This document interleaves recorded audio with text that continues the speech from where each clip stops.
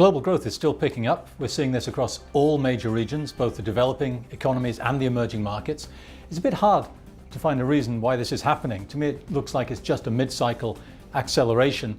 So the guess is that this fades away in the coming months. Stronger growth and higher commodity prices further reducing the risk of deflation. We're seeing headline inflation rates pick up right across the developed world. That's a very good thing. Of course, the risk is that the higher prices eat into consumer spending power, lead to slower economic growth. We also have to think that maybe Europe and Japan will start to follow the American lead and begin to tighten monetary policy before the end of the year. Main policy risk we see at the moment is coming from the US. There's not much clarity still in terms of Trump's economic plans. It may be good. We could see some tax reform. It may be bad. It could be tariff policies and trade barriers. We just don't know at the moment, but there should be more clarity coming out on that over the coming weeks. We note that global growth had a solid fourth quarter of 2016, and at the same time equity numbers were in line to somewhat better than we expected. With some additional momentum in evidence for growth, earnings should at least be supported into the next quarter.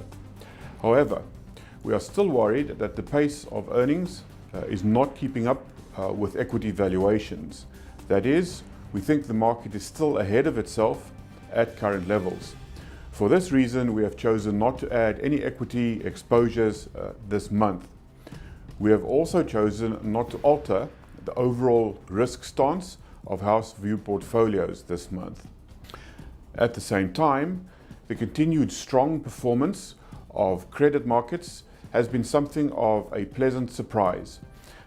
As we note in this month's monthly investment guide, the rally, which started roughly 12 months ago, continued into the first 2 months of this year. We still back this call, as the fundamentals driving it look well set in place for some time. These are the solid global growth already mentioned, and the strong cash flow position of both corporates and investors.